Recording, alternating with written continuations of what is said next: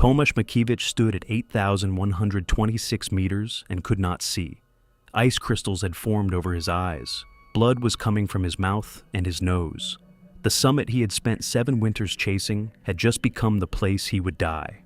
Elizabeth Revel looked at her partner and ran the only calculation that mattered. One person dying, no oxygen, no fixed ropes, no rescue possible at this altitude in January.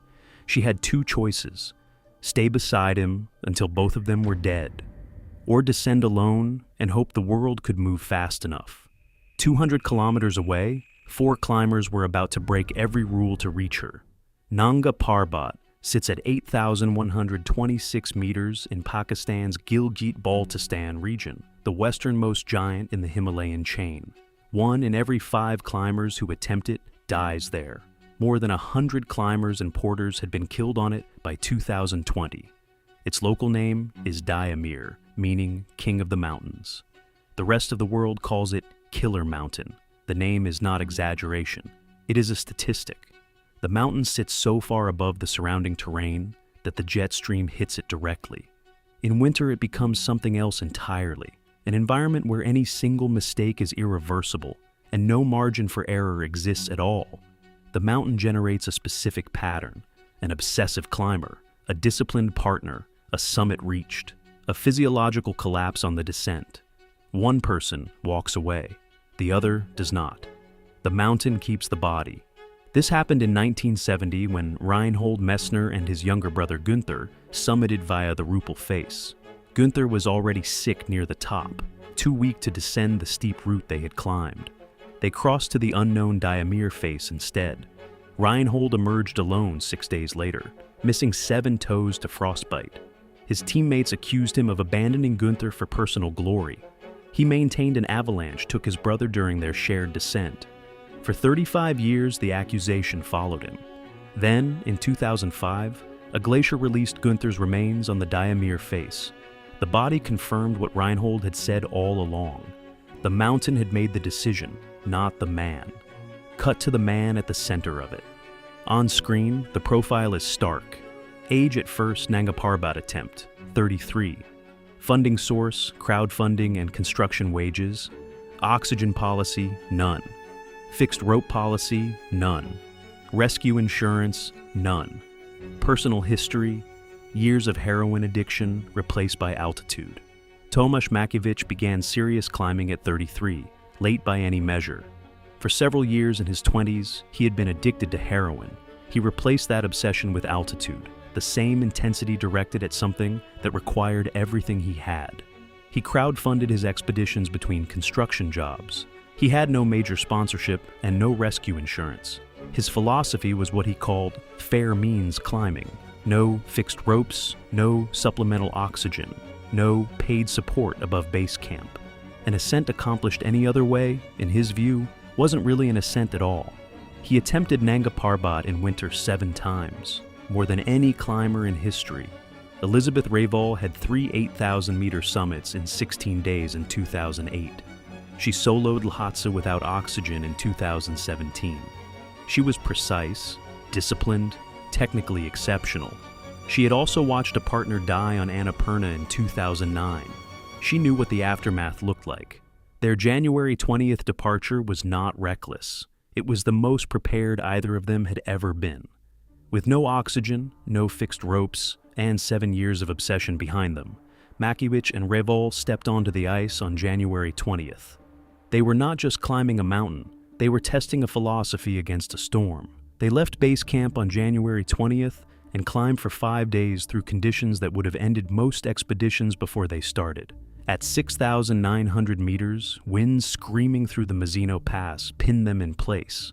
At 7,200 meters, they traversed blue ice with no fixed ropes beneath them and nothing above them but altitude. No support climbers, no porters above base camp. No supplemental oxygen, the purest possible expression of what Makiewicz believed the mountain demanded. At approximately 1730 on January 25th, Revel reached the summit of Nanga Parbat. She waited. Makiewicz arrived below her and pulled himself up beside her. She leaned in and noticed ice crystals forming over his blue eyes. He told her he could not see her headlamp. He could not see anything clearly. She was a blur. What was already killing him had likely been developing during the final hours of the ascent. Think of his body as a system, and watch it fail in sequence. System 1, vision. Snow blindness burns the surface of the cornea through ultraviolet exposure. The pain onset is delayed, typically 6 to 12 hours after exposure, which means the damage is done before the climber feels it. At its peak, it is completely incapacitating. He had almost certainly removed his goggles at some point during the push to the summit without understanding what that would cost him. System 2, lungs. The bleeding from his mouth and nose confirmed high-altitude pulmonary edema, fluid accumulating in the lungs. At 8,126 meters in January without medication or supplemental oxygen, that diagnosis alone carries an extremely low survival probability without immediate helicopter evacuation. System 3, extremities. His nose had already turned white. Deep tissue frostbite, the kind that progresses to gangrene without treatment. System 4, cognition. The swelling in his brain tissue from high-altitude cerebral edema was breaking down his ability to think, to coordinate, to execute the behaviors that might have saved him. All 4 systems failing simultaneously, on the summit, in a storm that was about to intensify. What followed was 72 hours of descent that mountaineering literature rarely captures accurately. Revel put his arm over her shoulder and pushed him downward, step by step, for hours. She was managing her own frostbite, her own exhaustion, her own dehydration, while physically moving a man who could not see and could barely breathe. He was bleeding the entire time. They reached a crevasse at 7,280 meters and stopped for the night. By morning, he could no longer move on his own. She anchored him in place with rope, left him a sleeping bag and a gas stove, and made a decision that the rest of this story turns on. At 11:10 that night, she used her InReach satellite device to send text messages to 3 people: her husband, Makiewicz's wife, their friend Ludovic Giambiasi. The message was direct. Tomek cannot move. He needs evacuation. Staying beside him would have killed both of them. Descending alone to activate a rescue was the only strategy that gave either of them a chance. French alpine expert Yannick Graziani, reached by journalists within hours, said immediately that she took the right decision and no one would judge her for it. The message hit the mountaineering world's networks within minutes. Reval's signal did not just call for help. It ignited a global scramble, but while the climbing world moved fast, the rescue itself was about to hit a wall made of paper and policy. The satellite message Reval sent at 11:10 p.m. moved through the climbing world with unusual speed. Her friend Masha Gordon launched a crowdfunding page within hours, targeting 150,000 euros to cover helicopter costs in Pakistan. 80,000 euros came in before dawn. The Polish government pledged to cover the rest through its embassy in Islamabad. But Pakistan's rescue system does not move on goodwill. Unlike Nepal, where private operators can launch quickly, mountain rescue in Pakistan belongs exclusively to the Army's aviation squadrons. The commercial operator, Askari Aviation, required guaranteed funds confirmed before any helicopter left the ground. That is not corruption, it is policy. And while the policy was being satisfied, 2 people were dying on a mountain in January. Put a clock on that. By the time the satellite message reached the climbing networks, Makiewicz had been stationary at 7,280 meters for approximately 12 hours. Every hour of bureaucratic processing was an hour of core temperature drop. The crowdfunding page hit 80,000 euros before dawn. The Polish government pledged the rest. Still no helicopter. The mountain does not pause for wire transfers. The financial bottleneck cleared. The next problem was physical. There were perhaps a dozen people on Earth capable of climbing to Revel's position quickly enough to matter. They needed to already be acclimatized to the relevant altitude range. The physiological adaptation that altitude demands, the increased red blood cell production, the cardiovascular recalibration, takes 4 to 6 weeks minimum. A climber arriving from sea level would be useless. The rescue required someone who had already done the work. Krzysztof Wilicki's 13-person team was at K2 base camp, 200 kilometers away. They had been on the mountain since late November. Every single one of them volunteered immediately. Veliky chose the 4 best placed. Adam Bilecki, who had first winter ascents of both Broad Peak and Gasherbrum 1. Denis Urubko, with 19 8,000er summits and military endurance that the climbing world described in near mythological terms. Yaroslav Botor, a high-altitude paramedic. Piotr Tomola to establish the support camp below. The helicopter operation was where the rules broke completely.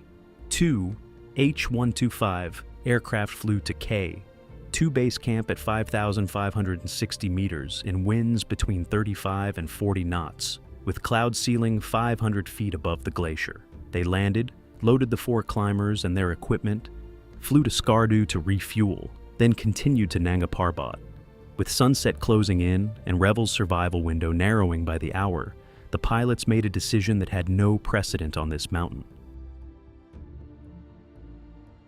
They flew to Camp 1 at approximately 4,900 meters and landed 1 skid down on the rocky surface. No helicopter had ever done that on Nanga Parbat.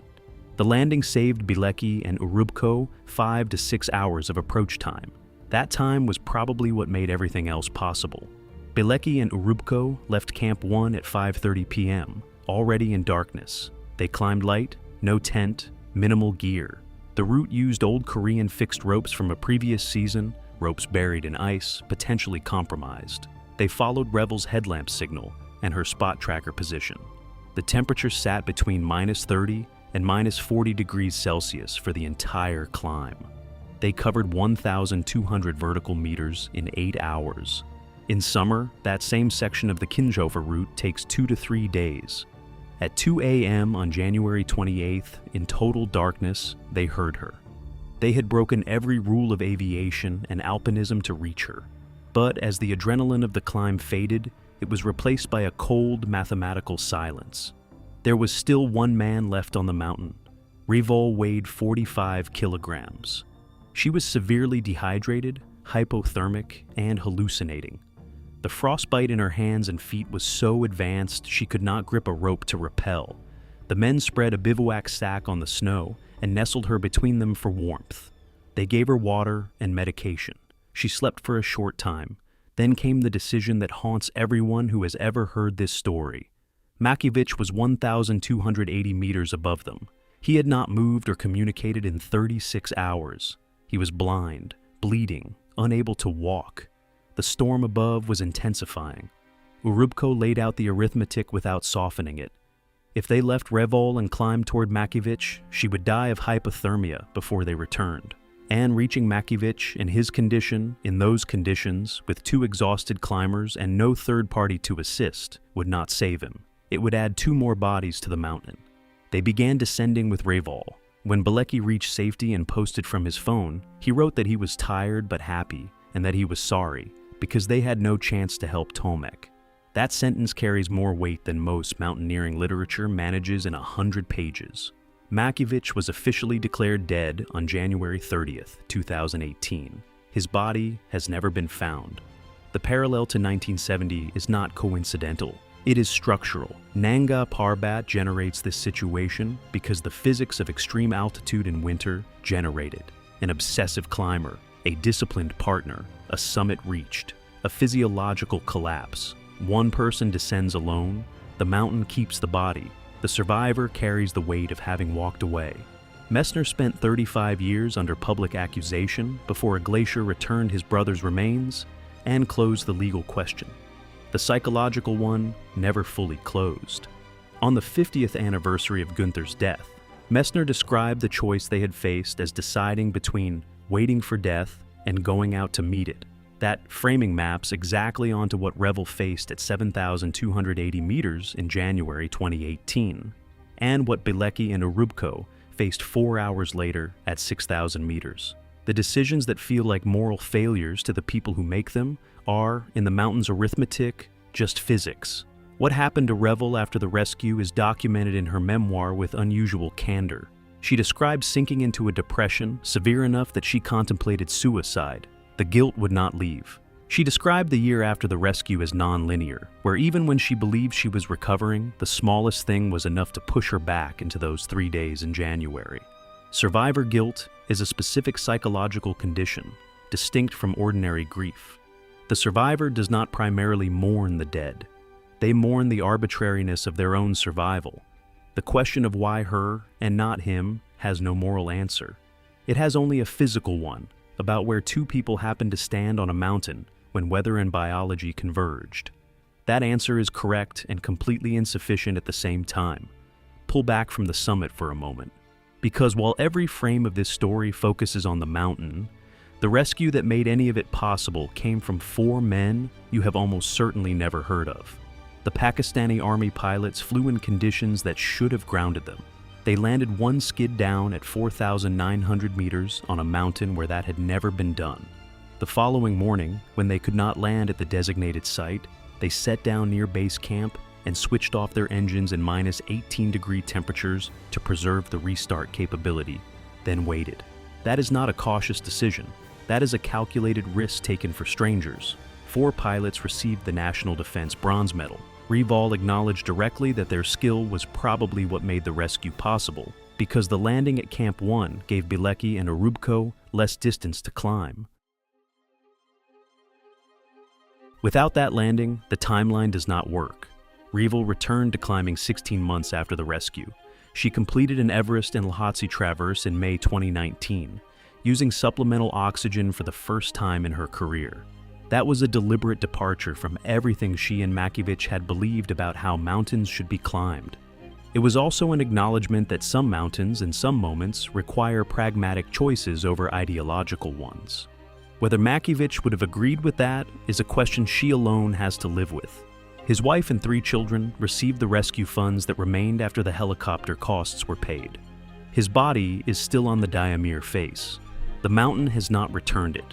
The rescue saved 1 life and could not prevent another death. Those 2 outcomes are inseparable. The decisions that look like moral failures from the outside are, when you trace the physics and the biology and the timeline, the only decisions the situation permitted. The mountain does not negotiate with what people think they owe each other. It operates on arithmetic. If you want more forensic breakdowns of the hardest decisions in mountaineering history, subscribe and hit the bell so you never miss one. There is another one waiting for you right now.